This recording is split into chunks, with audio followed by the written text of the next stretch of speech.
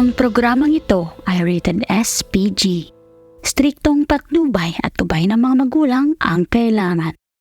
Maaaring may masaselang tema, lengguwahe, karahasan, sexual, horror o droga na hindi angkop sa mga bata.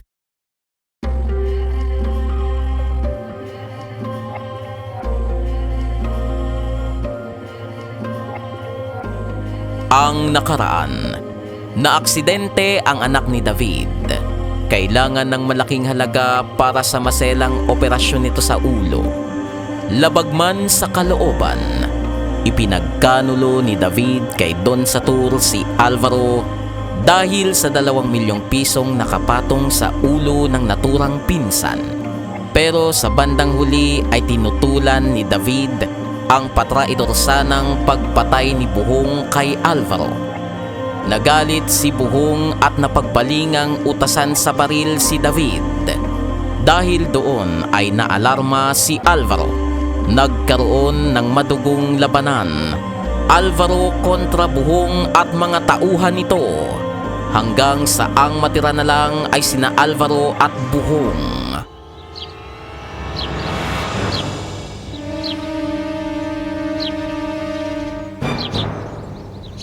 Kinubabawan ng takot si Buhong nang matantong nag-iisa na lang siya.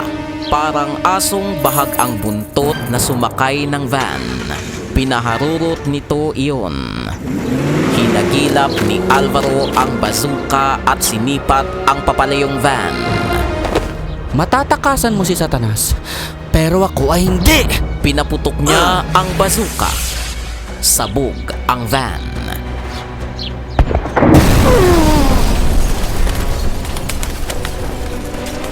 Nasisiyahang pinanood ni Alvaro ang naglalagablab na van. Si Don Satur na lang. Si Don Satur na lang. At pwede na rin akong mamatay. Niyakap niya ng mahigpit ang bangkay ng pinsan. Tumulo ang luha.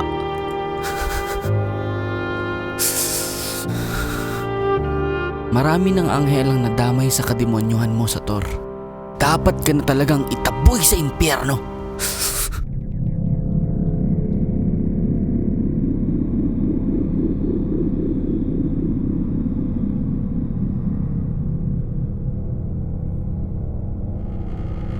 Sa mansyon ni Don Satur, kausap nito sa cellphone ang isang tauhan. Bakit ka napatawag? Malaking disgrasya doon sa tour. Nagtangkang tumakas sa mag-ina ni Guerrero. Hindi sinasadyang nabaril ng kasama ko. Patay na sila. Parang binuhusan ng malamig na tubig ang Don. Ano? Anong gagawin namin sa bangkay na mag-ina doon sa tour? Ayaw rumehestro sa utak ng Don ang tanong ng tauhan. Binibingi ito ng mga katagang binitawan dito noon ni Zoilo. Siguruhin mo lang na ligtas ang mag-ina ko doon sa to. Kapag may nangyaring masama sa kanila, huwag mong sabihing pader ka. Marami na akong pader na giniba. Taranta si Don Satur. Kuwan. Dalhin nyo sa labas ng bahay nila. O kaya, kuwan. Bahala na kayo! Ipinukol ng Don ang kanyang cellphone sa dingding. Shit! Nangangalog ang tuhod na umupo ito sa gilid ng kama. 2 kamay na nilabnot ang iilan ng buhok. Maya-maya'y tumayo at nanginginig ang mga kamay na nagsalin ng alak sa kupita. Kaagad na sumyat. Nang padarag na buksan ng humahangos na tauhan ang pintuan ng silid. Gulat na gulat ang Don. Shit! Galit na ipinukol ng Don sa tauhan ang hawak na kupita. Tarantado ka! Kinwelyuhan nito ang tauhan. Sinong nagbigay sa'yo ng pahintulot na basta-basta na lang pumasok dito? Importante yung sasabihin ko doon sa tour. Ano yun? Sinabungo. Nadaling lahat ni Alvaro. Nagimbal ang Don. Binote na nito ang stateside na alak dahil sa sobrang nerbiyos. Gimbal na gimbal si Zoilo nang makita niya sa labas ng gate nila ang mga bangkay ng kanyang mag-ina. Hindi! Hindi! Lambot na napaluhod si Zoilo. Niyakap ng mahigpit ang dalawa. Diyos ko! Sabihin mong bangungot lang ito. Gusto ko nang magising. Gusto ko nang magising!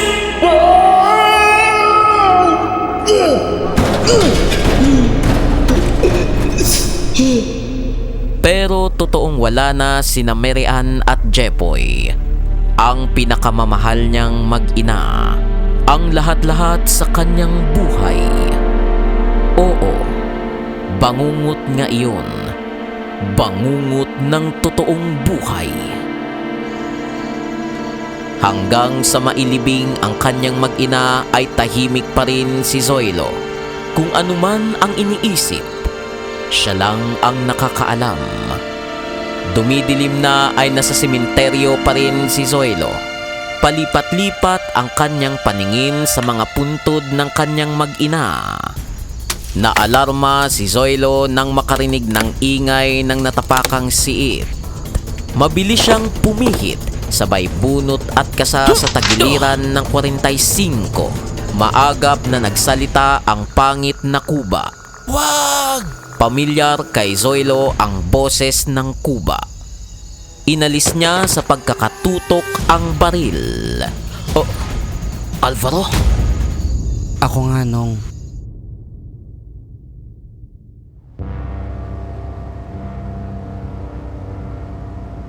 Sumama si Alvaro kay Zoilo sa bahay. Nong, ang sabi mo'y darating ang panahon ng tamang paniningil kay Don Sator. Ngayon na ba? Hindi tumugon si Zoilo. Tiimbagang. Inalis ni Alvaro ang maskara at ang knapsack na nakabukol sa kanyang likod na naglalaman ng mga bala, granada at sari-saring baril. Inihuho niya ang mga iyon. Hindi ko alam kung alin sa mga ito, Nong. Pero sigurado akong isa sa mga ito ang magpapahiwalay ng kaluluwa sa katawan ni Don Sator. Tumingin si Zoilo sa inaanak. Alvaro, pwede bang hati tayo sa kaluluwa ni Sator?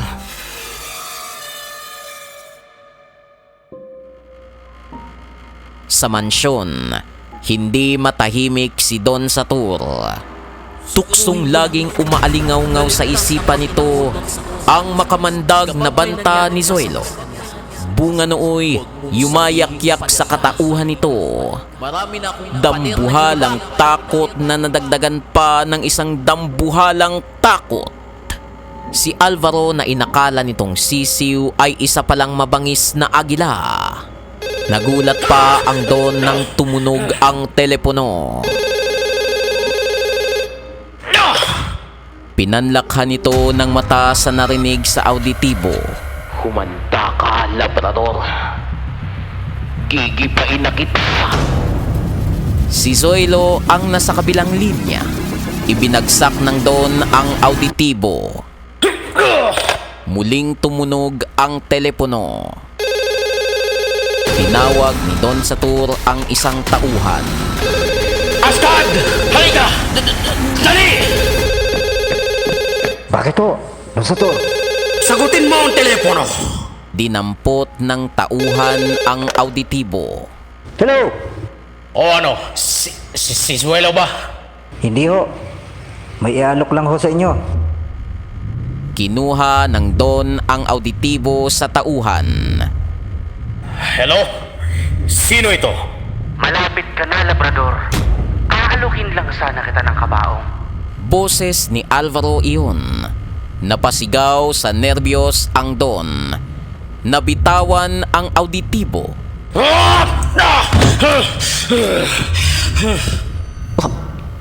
May paraan pa naman para matakasan niyo ang panganib doon sa tour. Mga ibang bansa kayo. Hindi ako duwag! Lumundag sa tabi ng Don ang alagang Persian cat. Sa gulat nito'y napasigaw at napayakap sa tauhan.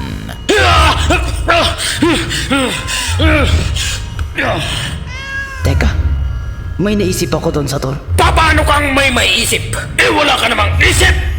Question lang naman ho ito doon sa tour. Sige, ano yun? Unahan natin sila doon sa tour. Napangisi ang Don. Nabuhayan ng loob. Bakit nga hindi? Tiyak na magkasama sila ngayon. Magkasama rin silang kakalawitin ni kamatayan.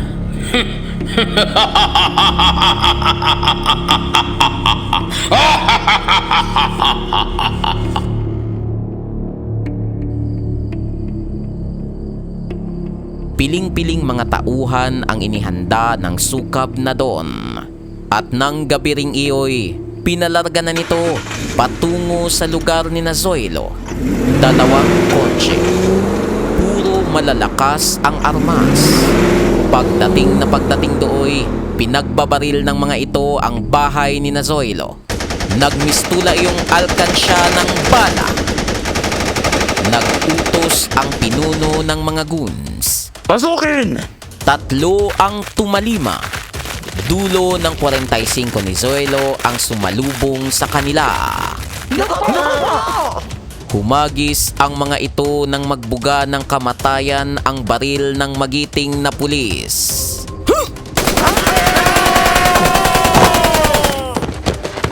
Gumanti ng putok ang mga kasamahan ng mga ito.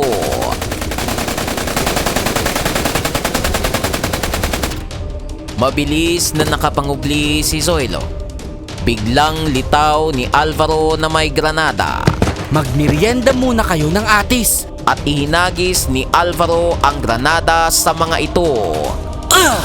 Sabog ang mga kalaban. May natira pang isang gun. Sindak na tumakbo.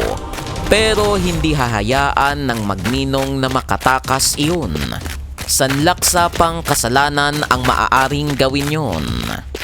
Sabay na pinaputukan iyon ni Zoilo at Alvaro.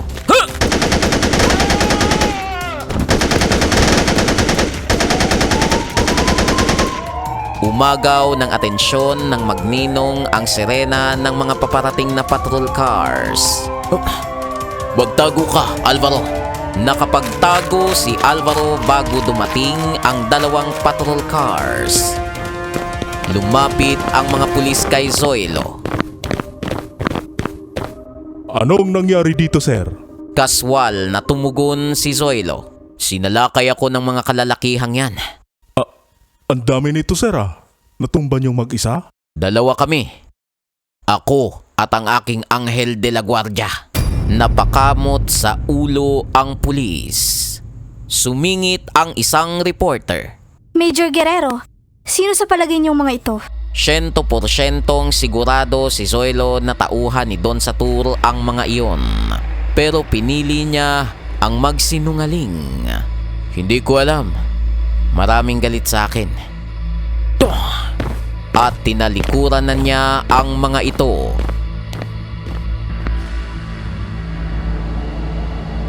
Kinabukasan, nabasa ni Don Satur sa periodiko ang pangyayari.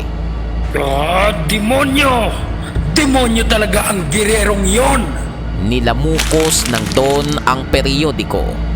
Napasuntok sa dingding. Muntik nang malinsad ang kamao nito. Halos maiyak-iyak na hinipan ito iyon. Aray ka po! Sa basement ng bahay ni Zoilo, nagkakape ang magninong. Kailan tayo kikilos nung? Gusto ko nang makitang umaagos ang maitim na dugo ni Satur Labrador. Sa nalalapit na kaarawan niya, Alvaro, gusto kong ipamukha sa kanya na napakalaking pagkakamali. ang isinilang siya sa mundong ito.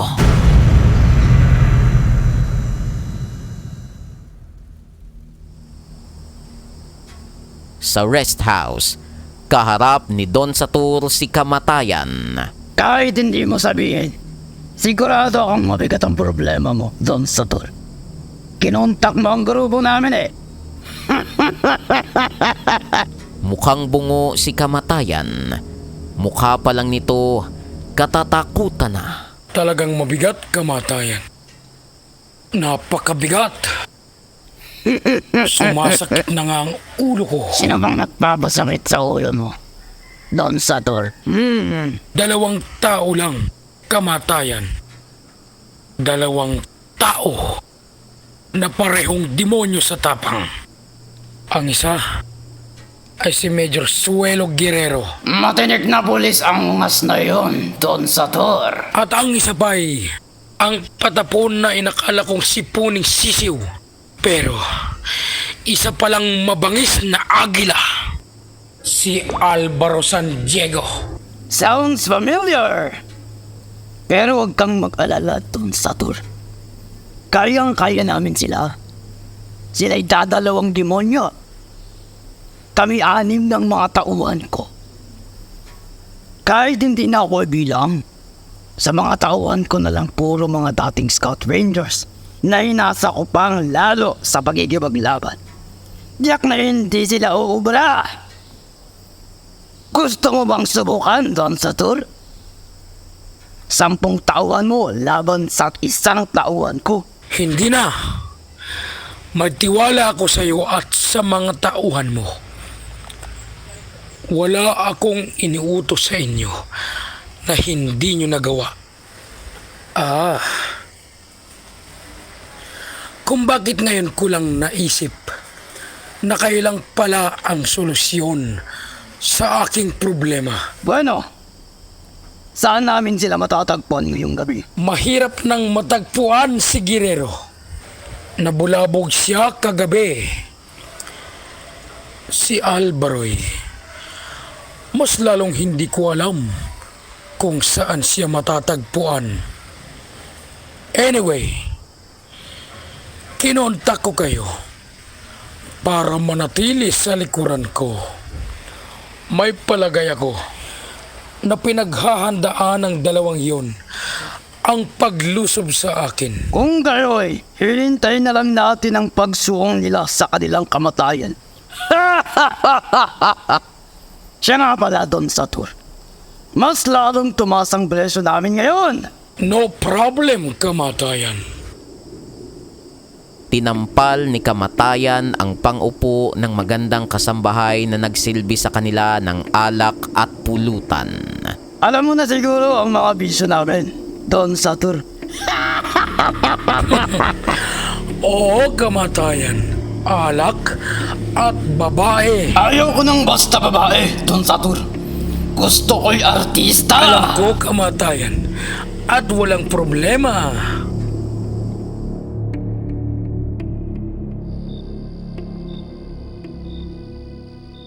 Kalaliman ng gabi, napabalikwas ang natutulog na si Don Satur.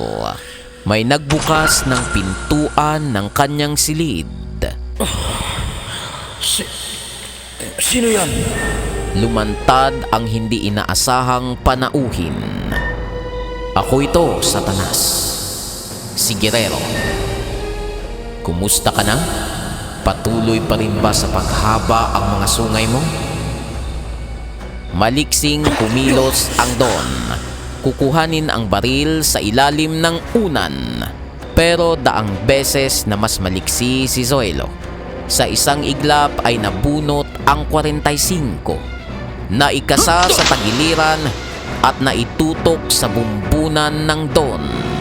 Astig! Isang maling kilos pa, Don Satur. At ang sunod mong mamamayay, nasa impyerno ka na. Otomatikong napasigaw at napatakbo si Don Satur. Pero sinalubong siya ng bunganga ng kamatayan. Bunganga ng Uzi ni Alvaro. Para sa iyo ang lahat ng bala ng baril na ito, Sator. Magdasal ka na dahil ang tsansa mo na lang na mabuhay ay kung tatalbog ang mga bala namin sa katawan mo.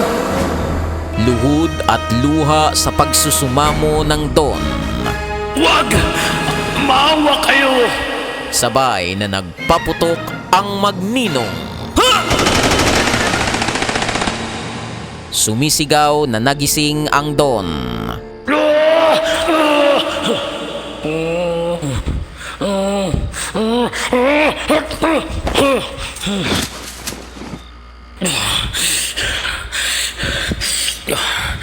Napakasamang panaginip. Napakasakit palang kamatayan. Damang-dama ko. Kahit sa panaginip lang.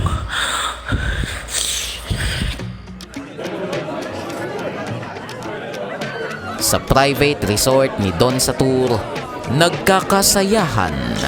Sunod na sunod sa Don ang layaw ng grupo ni Nakamatayan. Tulolaway na kalong ni Kamatayan ang nakatupis bikining Bold Star. Napanood ko yung latest movie mo. Gobles ako sa mga anime mo. Talaga? Gusto mo? Haling-hingan kita mamaya.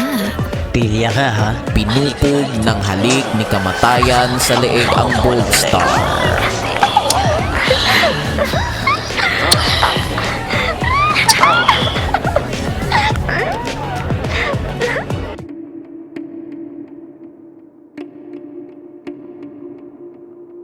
Nasa loob ng cottage ng mga sandaling iyon si Don Satur. Hindi baling magastusan ako sa inyo, Kamatayan. Natitiyak ko namang ligtas ako habang nasa puder ko kayo. Pero kung bakit may takot pa rin sa isipan ng buhong na Don. Lintik kayo, Suelo, Alvaro.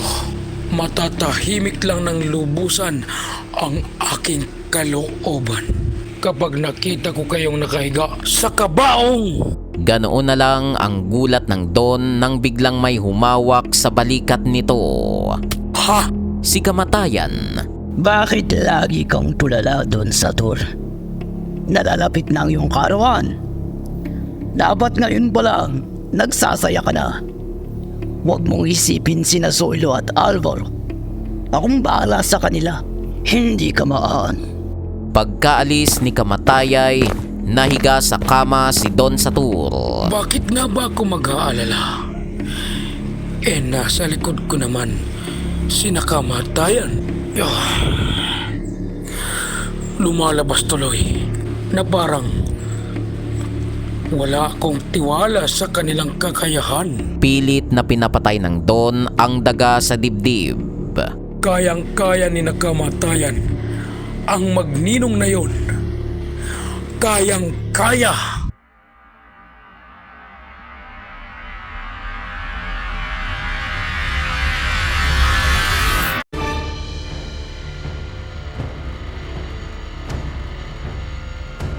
Sa mansyon, besperas ng kaarawan ni Don Satur.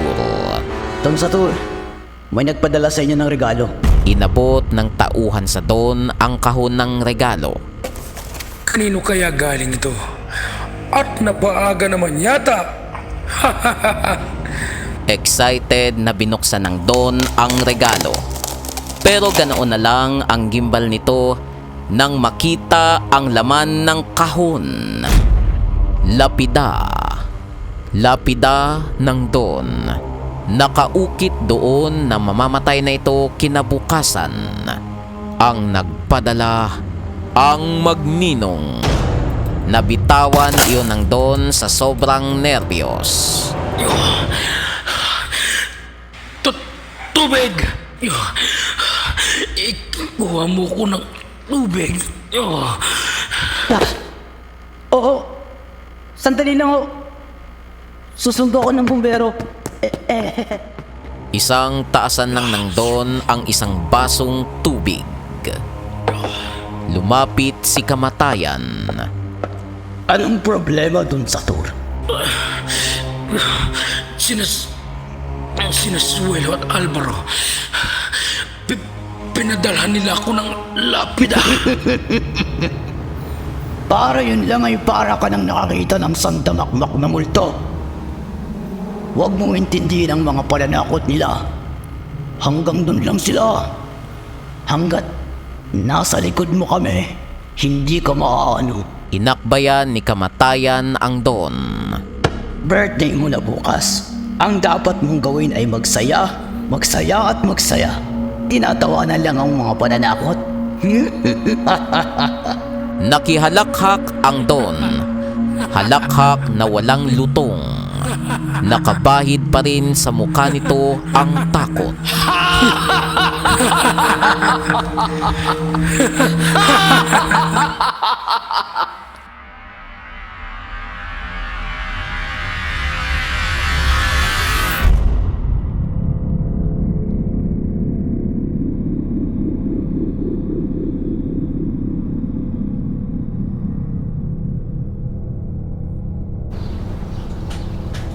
Sumapit ang kaarawan ni Don Satur.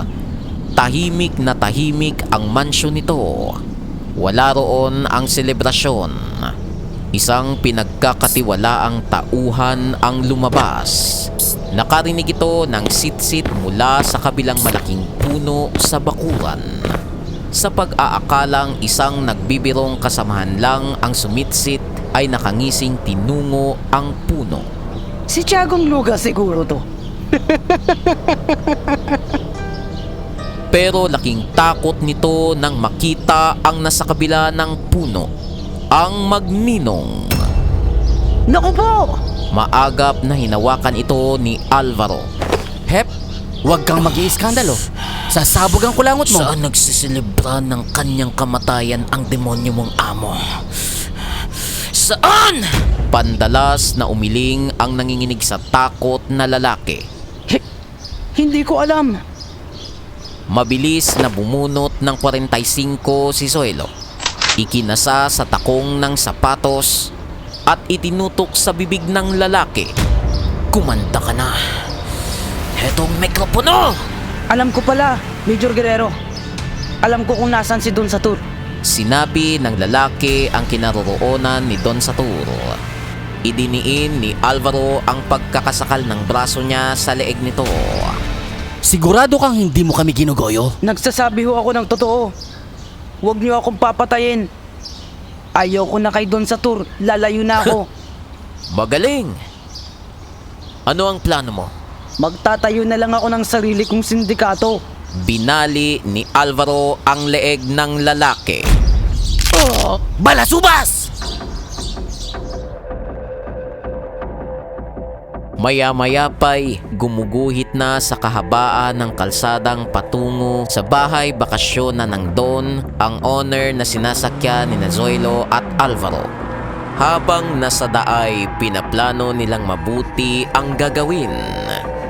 Inihimpil ni Zoilo ang owner sa kubling lugar. Hanggang dito na lang ang sasakyan. Baka matunugan nila tayo. Sabay na bumaba ang magninong.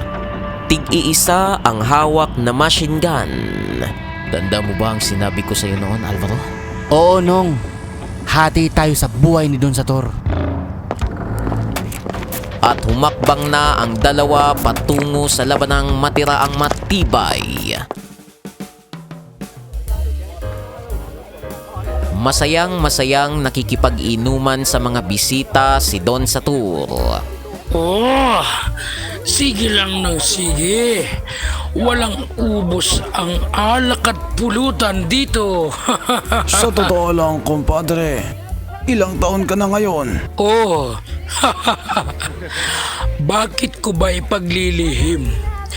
I am 65 years old now. Bata kang tignan sa edad mo, kumpadre. Well, alam niyo na kung ano ang sikreto ko. Chicks!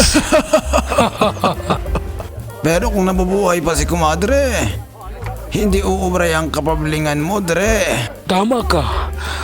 Matapang pa sa tigre si Mrs. eh.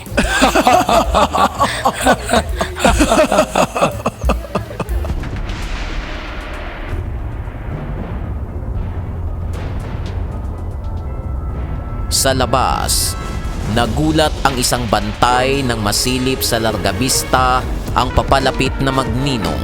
Kaagad nitong pinaputukan ang dalawa. Maliksing nakadapa ang magninong. Otomatikong bumanti. Walang buhay na humagis ang bantay. Nagkubli sa malaking bato ang magninong. Nang paulanan sila ng bala ng iba pang mga bantay. Kailangan nating munang maghiwalay, Alvaro. Lilituhin natin ang mga kalaban. Naiintindihan ko, Nong. Mag-iingat ka, Alvaro. Sa totoong buhay, walang bida. Isang maling kilos mo'y alam mo na kung ano ang kalalagyan mo. Tatandaan ko yan, Nong. Patakbong humiwalay si Alvaro. Inulan siya ng bala ng mga kalaban. Inalalayan ni Zoilo ang inaanak. Bigla siyang lumitaw at pinaputukan ang mga kalaban. Kumitil ng ilang buhay ang mga balang ibinuga ng sandata niya. Tarantang-taranta si Don Satur. Kalat kayo! Binalingan nito si Nakamatayan. Sumunod kayo ng mga bata mo sa akin, kamatayan. Protektahan niyo ko. Patakbong pumasok ng bahay bakasyonan ang Don kasunod si Nakamatayan. Samantalay binazuka ng isang kalaban ang batong pinagkukublihan ni Zoilo. Pero mabilis siyang nakadive. Maliksing lumabas sa pinagkukublihan si Alvaro. Pinaputukan ang ng bazuka. Patay ka!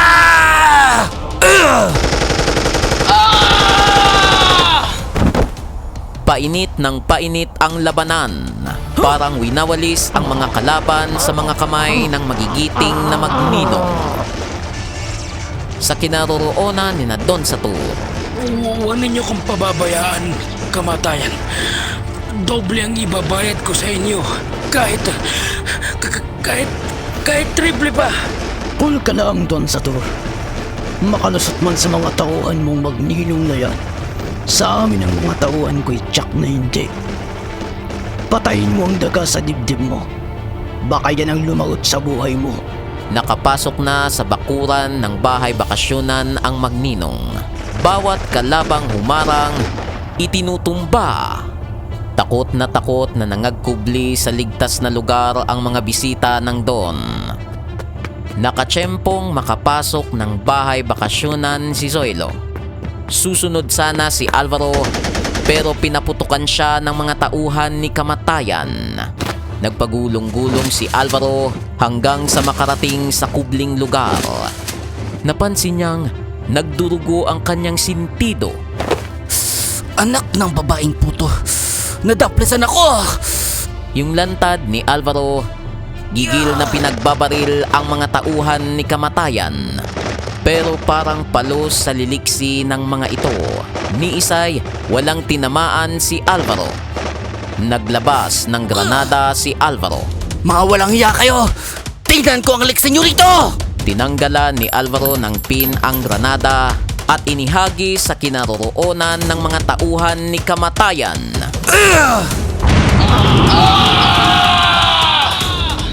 Patay lahat ang mga ito. Sa loob ng bahay bakasyonan, humahagis ang bawat kalabang mahagip ng mga nagbabagang punglo ni Zoilo hanggang sa maubusan ng bala ang machine gun niya. Sumulpot ang dalawang kalaban sa itaas. Mabilis na inihagis ni Zoilo ang machine gun. Binunot ang 2.45 sa magkabilang tagiliran. Sabay na ikinasa ng isang kamay ang mga iyon. Nahiga sa sahig at pinaputukan ang dalawang kalaban. Walang buhay na gumulong sa hagdan ang mga ito. Nangangatal ang tumbong na nagsumbong ang Don kay Kamatayan. Nariyan ng magninong kamatayan. Tumahimik ka, Don Satur. Pati ako'y kinakapitan na ng nervyos nang dahil sa'yo. Pumanhik ng hagdan si Zoilo.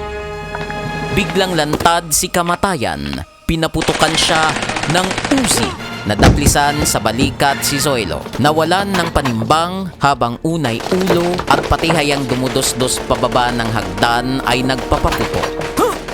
Naubusan ng bala si Zoilo. ngising demonyong lumantad si kamatayan. Ha! It's my turn! Nang mga sandaling iyo'y, pandalas na bumababa sa fire escape si Don Satur. Hindi ninyo ko mapapatay. Hindi!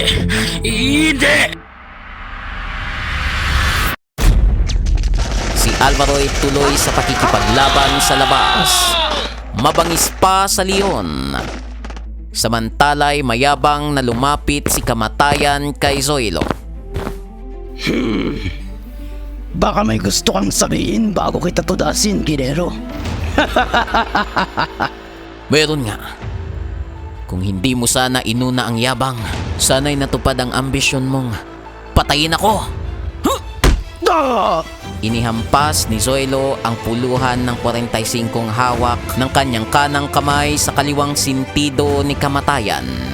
Agad niyang sunod na inihampas sa kanang sintido ng maton ang puluhan ng 45 hawak naman ng kanyang kaliwang kamay. Sa katodo at sabay na inihampas ni Zoilo ang puluhan ng 45 sa magkabilang sintido ni kamatayan.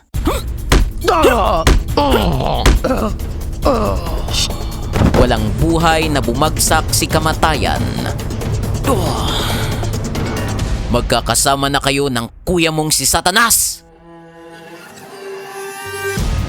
Lingid kay Zoilo, may kalaban sa likod at inasinta siya nitong mabuti sa ulo ng AK-47.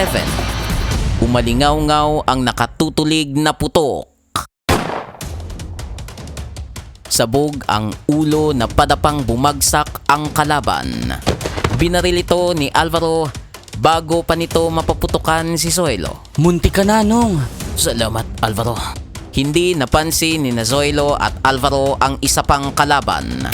Itinutok nito ang Armalite sa magninong at nang masigurado nitong tatamaan ang dalawa ay kaagad kinalabit ang gatilyo. Bumagsak ang magninong. Tuwang-tuwa ang gun. Ako lang pala ang makakapatay sa magninong.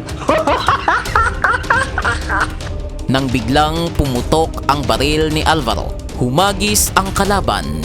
Sapol sa pagitan ng mga mata. Sabay na bumangon ang magninong. Ngiting nagkatinginan, naka-bulletproof vest pala sila. Samantalay nagsimula ng lumipad ang helikopter na sinasakyan ni Don Satur. Hangos na dumating ang magninong. De bazooka si Zoilo, de grenade launcher naman si Alvaro. Sabay nilang pinaputukan ang helikopter.